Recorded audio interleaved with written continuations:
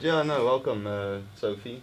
Thank you for joining us today here in the studios of the Africa Media Matrix building. It's lovely to be here. Yeah, thank you for joining us. And then, so yeah, I just want to know, Sophie Joans, is that a stage name? How did you know? Is it that obvious? Well, yeah, that Jones, it is. Yes, it's the quirky spelling, isn't it? Yeah. Yes, it is a stage name. Any specific reason? Is it just to sort of keep your life? It was Sophie Schmidt. Okay. And based on all the home affairs and any form I've ever had to fill out. Yeah. And everyone kind of misspells it. Okay. So then I was in first year.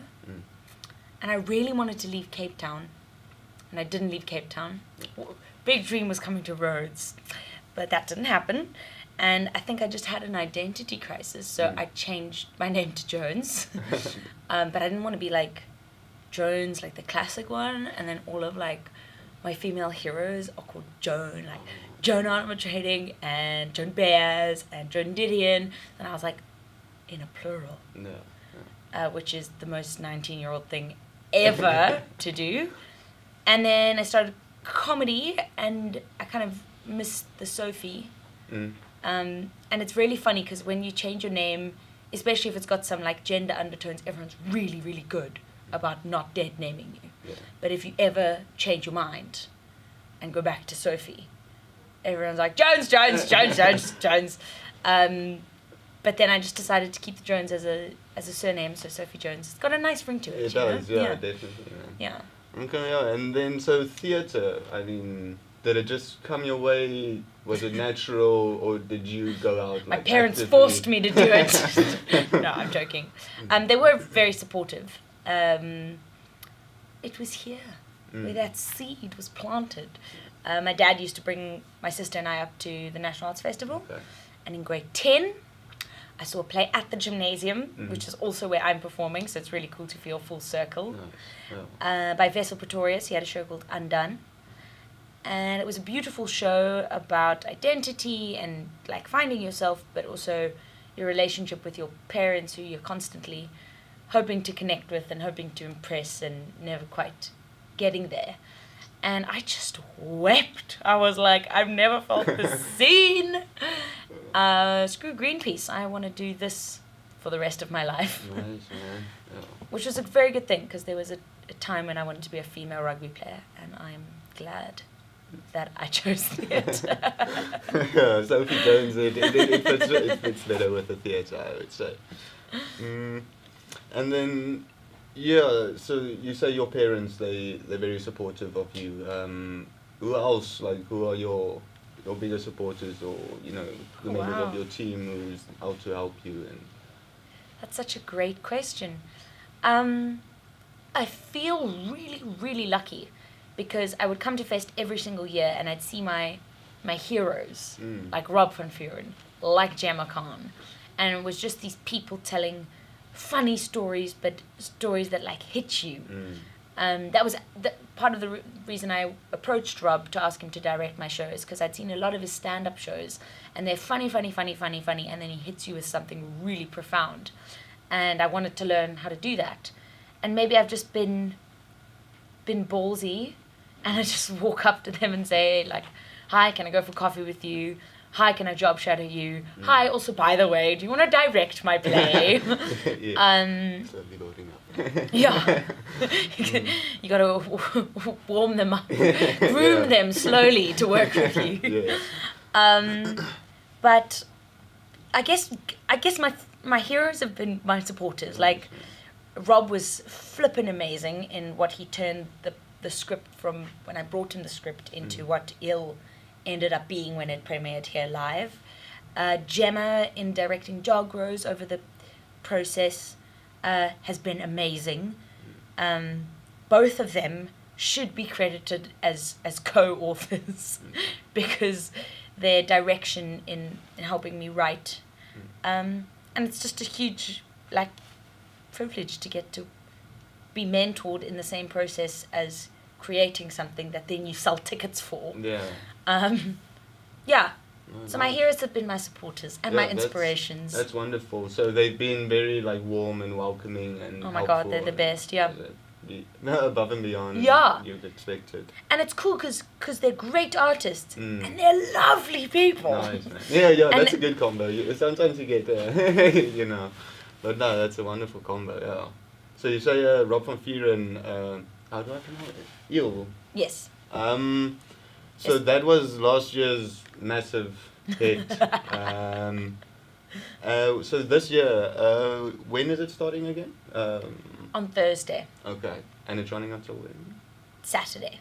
But there are 2 shows on one day. Okay. I know because I'm preparing for that. You have to. You have to be in it. Okay, cool. And then, so this year, Playthings, is that a new venture for you, like curating and getting people together to perform and stuff like that? Not really, actually. I used to work at the Alexander Barn Theatre in Cape Town, which was inspired by the concept of having a festival venue all year round, which is really fantastic. So they do 2 plays a night, one at 7 and 9, so short, hour in, get out, quick stuff. And I did front of house there for like 3 years almost. And it was, other than the National Arts Festival every June, July, it was definitely the single biggest influence on my theatre career, because I'd watch 2 plays every night, and I'd watch the same plays again and again and see the small changes in things and see how the one time an actor forgot a prop at home and had to rush and come back and didn't have a chance to do a vocal warm-up, the difference of quality of performance just because they missed that 20 minutes of going blah, blah, blah, blah. So Playthings was actually started at NAF. Okay. When a show was cancelled at the last minute. I think someone had a car crash, which is terrible, but then Playthings was born. And every night the artists of the fest would all come together and just share new stuff, like unpolished stuff, fresh ideas, new writing, scribbles on a notes app, scribbles in a book. So like a very informal type of just come and just come and do your thing. And they filled the slot for the fest. Okay. And then John Keevy, who's also another mentor and big supporter of mine, who ran the Alexander Bar, he took Playthings back there. So it would be a once a month event where people could showcase new writing. And he kind of went on to other things, including having a baby, and let me continue the organization of it. And I've actually been doing it since 2019. We had a break over COVID. Okay, yeah. But it's been wonderful. It's one of my favorite spaces. You never know what you're going to get. We've had everything from teenage magicians to an 87-year-old poet who did some fantastic satirical rhyming verse. Cool. To clown burlesque, but I have to say that was me. But it's been like a wonderful, wacky combination of just new stuff. And I didn't really know what to expect at NAF. I tried to get a lot of the people of Makanda to sign up, but they were few and far between. But I didn't know what to expect. It was a lovely evening of just total versatility, from dialogue readings to spoken word to stand-up to music. And my hope is to root it here at Fest again, because I think there's room for the top performers to share their new ideas and people who didn't get to professionally pursue the arts because they didn't want to be broke as a 90-year-old and a 50-year-old and a parent and a whatever, and chose to share stuff, but still are talented and still have things to share. So I like that kind of melting pot of people who are all artists, whether they're professional or not. Like you say, also planting those seeds for those who are maybe hoping to rise. Totally. Yeah. I think in high school everyone's at their most talented because you haven't taken on all the baggage of the world's judgment. So definitely want to make room for young people to share things too. No, it's wonderful.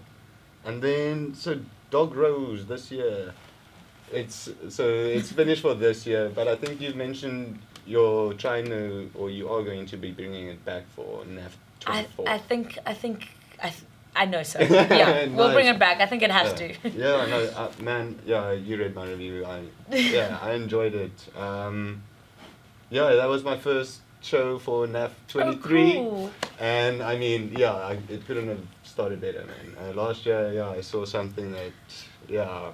Saw a cuck thing first. Basically, essentially, that's the one. So no, this one, yeah, like it started the whole NAF thing. Started off wonderful for me, and yeah, the performers, I think they're bringing, a different caliber of work than last year in general.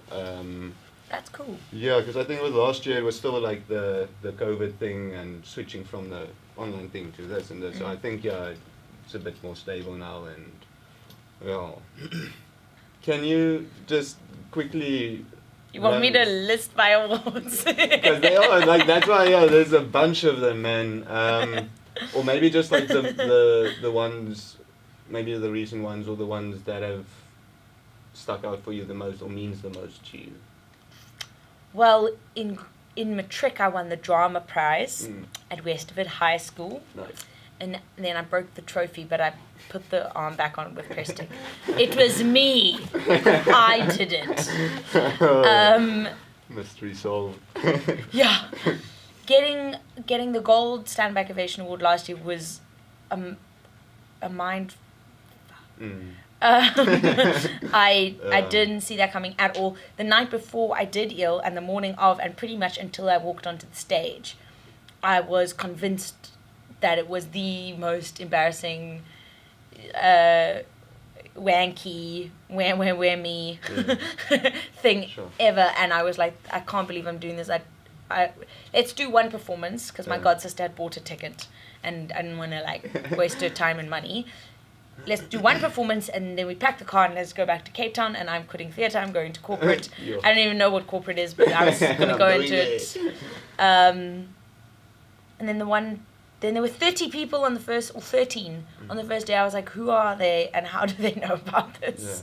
And then the next day it like doubled, and then it just went up, and then the last night was sold out, and I was like, what is this sorcery? Yeah. But yeah, didn't see that coming. Okay. I was dressed like it was the last day of fest on the awards ceremony, and I remember my boyfriend being like, "Don't you want to change?" And I was like, "This is like you know when the jackets just start fraying and they're anyway." Yep. And then they'd announced the bronzes, and then they'd announced the silvers, and I was like, "No." And my friend wore a really nice coat, and we swapped. And then they said ill, and then I was like, wow. Yeah. It was a really cool. It was cool. I won't say it wasn't cool. It was awesome. The coolest, yeah. Well done, yeah. So yeah, I haven't seen ill, but you'll be there. I need to see it, man. Definitely. And then I also got nominated for Best Actress at Woordfees, at die Woordtrofees. Little pun there. Yeah. And for a Fleur de Cap for Best Performance in a Solo Show, Cabaret or Review, alongside some performers who are totally heroes of mine as well. Okay. So it was really amazing to be in that category. So just that little bit of pushing through last year, not quitting. Yeah, exactly, not quitting, just keeping on going, and it seems like it's paying off.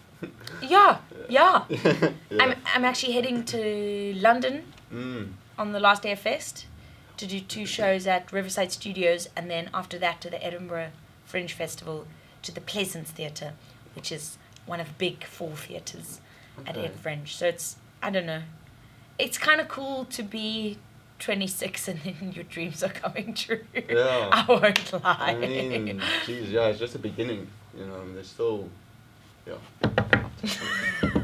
but no, definitely, man, like, I'm sure there's more to come, definitely.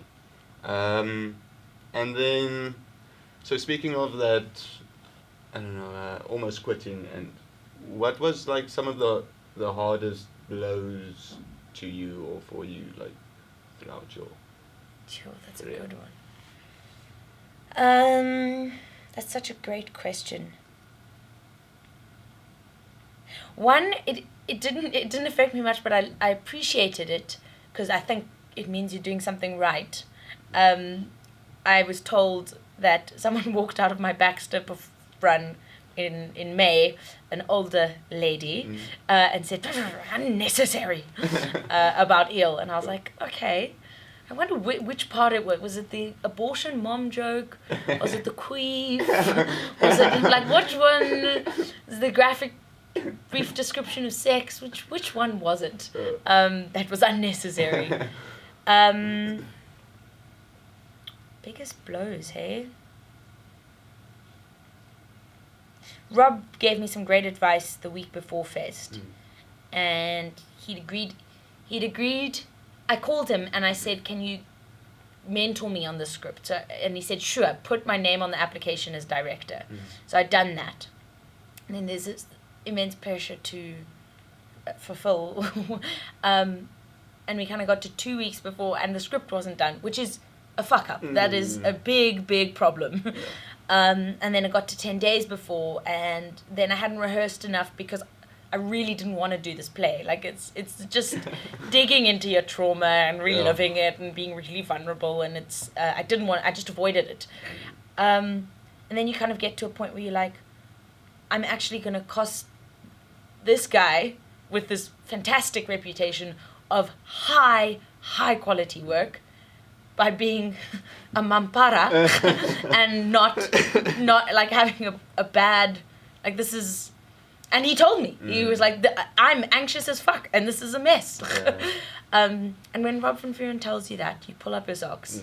And in the space of 3 days, I remember waking up at like 6 o'clock in the morning. I was meeting him at like 10 and just doing the play again and again and again and fixing the and I'm always a bit of a procrastinator, but that was a different gear.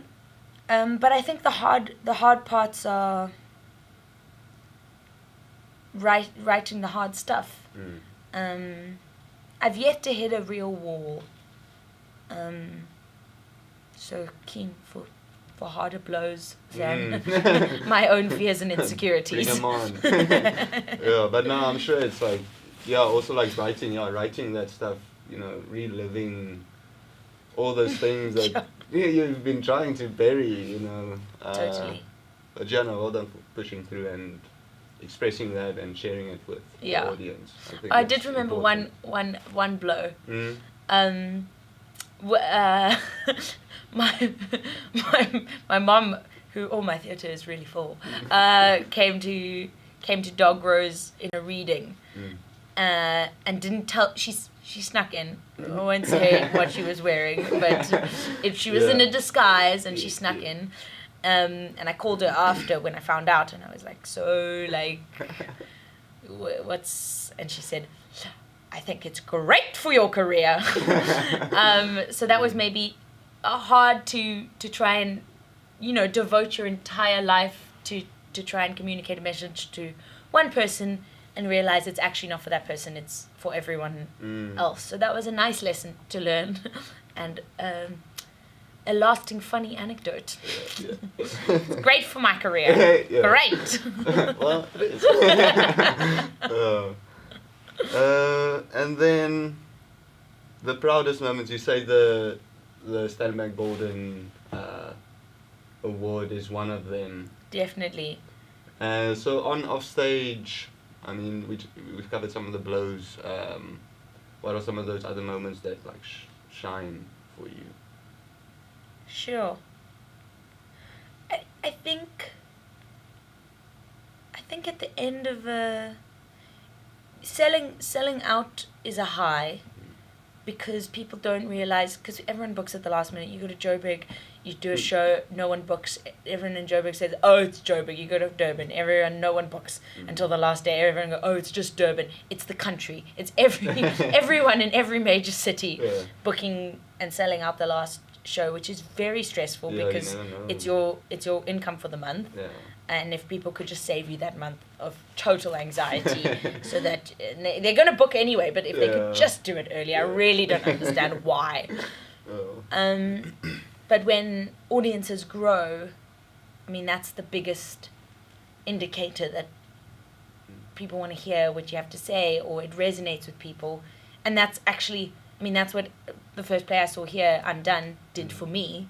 It just made me feel seen, and to know that somewhere, somehow, mothers are empathizing with their daughters are empathizing with their mothers, fathers and sons have a little tear moment. That really means that's why I do it, and that feels good. So when people tell their friends to come, or tell their moms to come, or come back to watch it again with their moms or their daughters, and then it fills up, that's amazing. Okay. Yeah, I can imagine. That's a big feeling. Yeah. And then, so you mentioned Spark in the Dark. That's your company? That's our production theatre company. Cool. What do you guys do? Well, I started it kind of as we're coming out of COVID. The idea behind Spark in the Dark was it was a dark time for theatre, and I wanted it to be a little spark. I also read a lot about fireflies, which are beautiful creatures. And our little logo is a little firefly, but it's a theatre light as a bum, as opposed to the normal firefly light. And my kind of slogan for the company is sparking creative connections.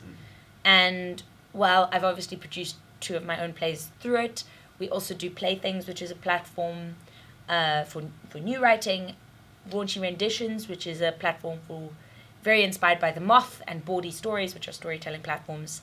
Very inspired by those, but it's true sex stories told live. Okay. And it's one of my favorite shows. Every time we do a show, my jaw drops a little more at the things people do and the things people look at and be like, yeah, that could go somewhere. That's a good idea. So what is it about that you get a kick out of? I think it's that there's so much shame about sex. And America's cool and stuff, and they're getting quite out there, but I think South Africa as a society, we're starting to talk about it more. There's that Showmax series, Sex in Afrikaans. But I think there's a long way to go for the whole country in terms of grappling with the shame associated with sex and better sex ed. My sex ed in high school was terrible. They literally were like, would you rather, if you were a man, would you rather have a sweet in a wrapper or a sweet that's been on the floor and everyone sucked? Not great. Yeah. So of all the shows I do, I would say In My Heart Raunchy is my favorite, because every time people are so authentic and they just share, and there's a quote, shame dies when stories are shared in safe places. Nice. And I think I hope to do that with all my plays, all my things that I put on, and Raunchy really does that, and just creating more connections between real people in real life, in a world where depression's super high, just as much as smartphone usage is, in a world where we don't look at people on the train or on the bus, and we're just so... I just want to make more moments where more people sit together with their phones off in their pockets, listening and connecting. And that's what Spark in the Dark aims to do. Right. Yeah. And then tell me, what's the next thing or things for you? Well, going to London and the Edinburgh Fringe. Ed Fringe is a whole month with a performance every single day, and I remember seeing the contract saying no off days and being like, oh crap. Yeah, that's cool. Yeah. And then coming back, I definitely want to do another run of Dog Rose. Got some ideas for new things. I'll probably try them out at one of the Playthings. Yeah. But it's quite fun. The ball's kind of rolling, so I'm just gonna roll with it. Yeah, if it's working, just keep on going, man. And then, is there anything else you would like to add, or just sure, rant about? Rant about. Yes, I've got a rant. Get it all out. Something that I see and hear often in this industry from my fellow theatre makers and from well-meaning peers and friends and family, and it's just a phrase, and it's become such a phrase after COVID, which is support the arts.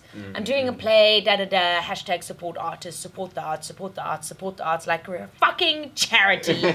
We're not a charity. Yeah. We are the single most important thing for humans. We are the tradition from the freaking sitting around a fire. We stories, it's the only way we it's the only way we cope with the fact of being alive. It's in all religions. It's stories are just our way of being as a human race, man. And It this makes us, and the notion of how it's become. I think the trope of the struggling artist and the fact that it is a reality that artists are struggling. That these things, that your salaries are based on, like, I guess how good you are, but also how much access you have to marketing platforms, and you have to do so much, especially, and most people are self-producing, like, let's be honest, like, no one's taking your solo show and, like, doing all the admin for you and funding it. You are just grinding and grinding and grinding and grinding with so much admin and so many emails and so many WhatsApps and so many cold calls and so many please comes and so many please put it in your community newspaper so that someone's tunny might decide to come. And then having to save the energy and decide when to stop that and be like, I haven't done a rehearsal when I open tomorrow. I need to, and then if I rehearse tomorrow, I have to have energy to do the actual.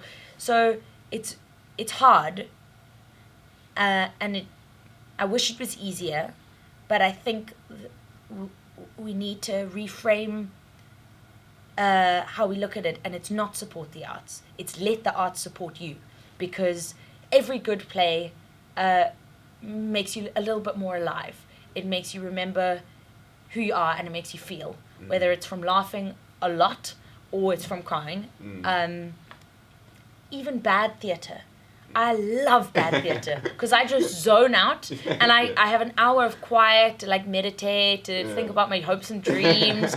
Bad theatre is one of my favorite things to be stuck in. You never get that time because life's so busy, but bad theatre, man, it'll lock you in. You can't leave. You're in the front row, and these people be spurting bullshit, and someone wrote it, and someone agreed to direct it, and people agreed to perform it, and in that whole process, no one stopped them. So all theatre is fantastic. The good, the bad, the ugly. It's important. It's amazing. And as artists, must stop asking for support, or stop framing it like support the arts like we're a charity. We're not a charity. We support everyone's freaking existence. Yeah, for sure. And there you have it, man. Sophie, Sophie Joans. Thank you so much for your time, and it's been wonderful chatting with you, man. It's been wonderful chatting with you, Arno. Cool. Thank you.